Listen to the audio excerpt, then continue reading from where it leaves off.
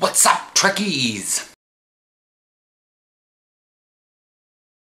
So today is a special weird camera edition. It's the same camera, it's on the tripod, it's just on the counter right now because I need to stay standing. Watch other videos, you understand why I'm really sore today. So anyways, so what is being released here? I don't know when. It seems like a big deal. So, I mean, unless they've been working on this since, I don't know, the sector space revamp. And I'm like, oh my God, excited about that. Because they've been talking about this for 2-3 years, something like that. That they wanted to, as they call it, I think they originally said it, they wanted to knit together the sector blocks.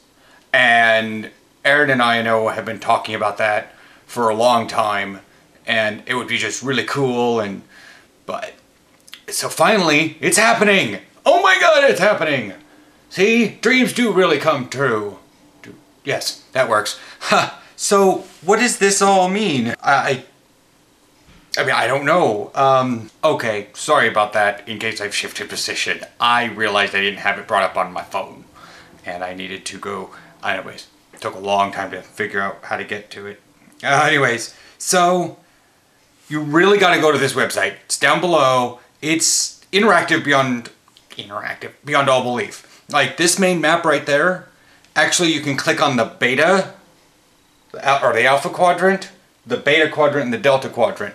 Now, and it'll show you what the alpha quadrant looks like now if you kind of took all the sector blocks and squished them all together. That's what that would look like. And then they go, well, we need to square this off. So they add in more sector blocks and they move some around so it gets more square. And the beta quadrant, the main Federation Klingon Romulan area, not Cardassia, that's what's really shifting around because they're taking like Gamma Orionis and they're moving it up. You just got to go see it. They pretty much made the Delta Quadrant just fine. They'll take out one wall on that. That's what's going to work there.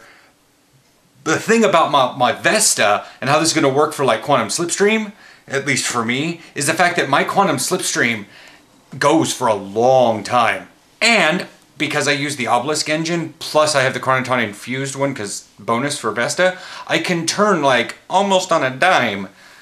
And I can turn in a whole sector block, but I have to be on like the far left and I can go and still turn in Quantum Slipstream. But it would be nice to be able to, the thing is it goes for so long, it doubles the length of my Quantum Slipstream. And it's like, what do you do when you got one sector block? I can go from one end of the sector block, turn around and go to the other end while in Quantum Slipstream. That's kind of pointless. I mean, I use the warp core for its various other purposes, aux power, anyways. So that's that, and you gotta go to click to this one, and it goes through, and then it says a spreadsheet here of, we have info on more than 350 star systems on that sheet. It's a lot to keep track of.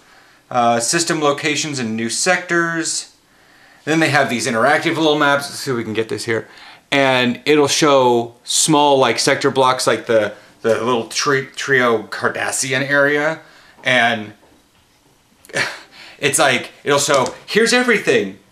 Here's all the dots. And then it'll shift the map to what it'll look like new, and then lines with the arrows as to where everything's moving to.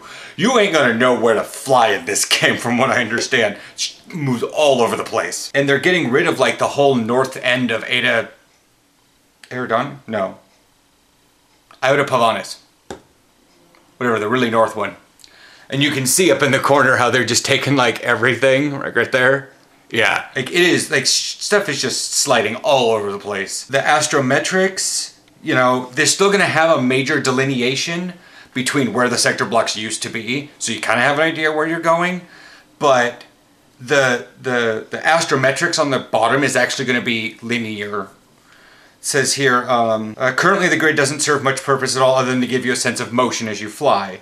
The grid changes pattern and color depending on the faction space and that you're flying through. Okay, that makes sense in the current way. The new grid is a bit different. The new grid is the same throughout all faction space. However, the grid actually means something now. Each major line on the grid is 1 light year from the last. Each sector is 20 light years across, as per canon, according to Star Trek to the Star Charts book.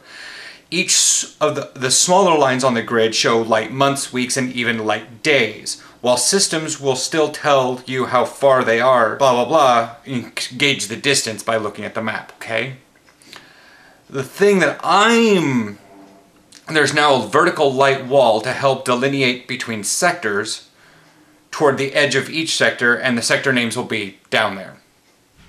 The one thing that I like is one of the main goals of the sector space revamp is to improve the feeling of flying around in it. We wanted space to feel bigger and more impressive. When you can fly from Cardassia straight to Iconia and not have to worry about these weird loading screens, it's going to feel really big. Especially if you have to use quantum slipstream twice to get there. Now space is really big. Really, really big. Just won't believe how vastly huge, mind-boggling it is. Your Intrepid will no longer dwarf Earth. The space should feel like space more like space than it did. Old scale planetary system. New scale planetary system. So here's the old scale. And if you're already browsing the website, listening to me talk, you get this. So there's the old scale. Here's the new scale.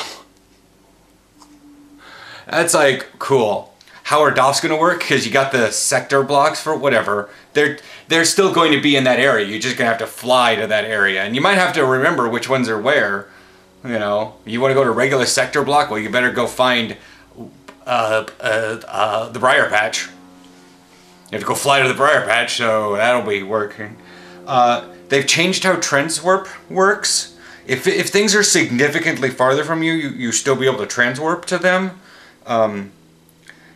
Tour the Galaxy is changing, because it's not go meet all the sector blocks, it's now hit up star systems, which sounds pretty cool. The rewards are going to be greater, and the time limit has been increased. But like, for me, that's going to be awesome, because I've got the Mako, and like, my quantum slipstream is like 30 seconds at warp 42. I know that's not the fastest anyone can go, but I think my quantum slipstream is like twice as long as most other people can go. I forget what the chronotron infused one, but I also, like I said, have the obelisk engine, warp core. But anyways, I'm really looking forward to this. I might just be flying around. Like, I'm sorry. What are you doing? What are you doing, TJ? I'm flying all the way from, I don't know, Memory Alpha to the back-ass Klingon space. How long does it take to get there? I don't know. I'm just engaging quantum slipstream whenever the hell I can. Anyways, I hope you guys enjoyed this. A lot of the new players are going to get really confused. And like, if you start playing after, then you're not going to understand the tough times we had in the past with loading screens. But anyways, so I will chat with you guys next week. Hopefully, if this comes out on Thursday, I can just like show what it's like. I can just chat while we watch me fly across space or something. I don't know. I'll check you guys later. Bye.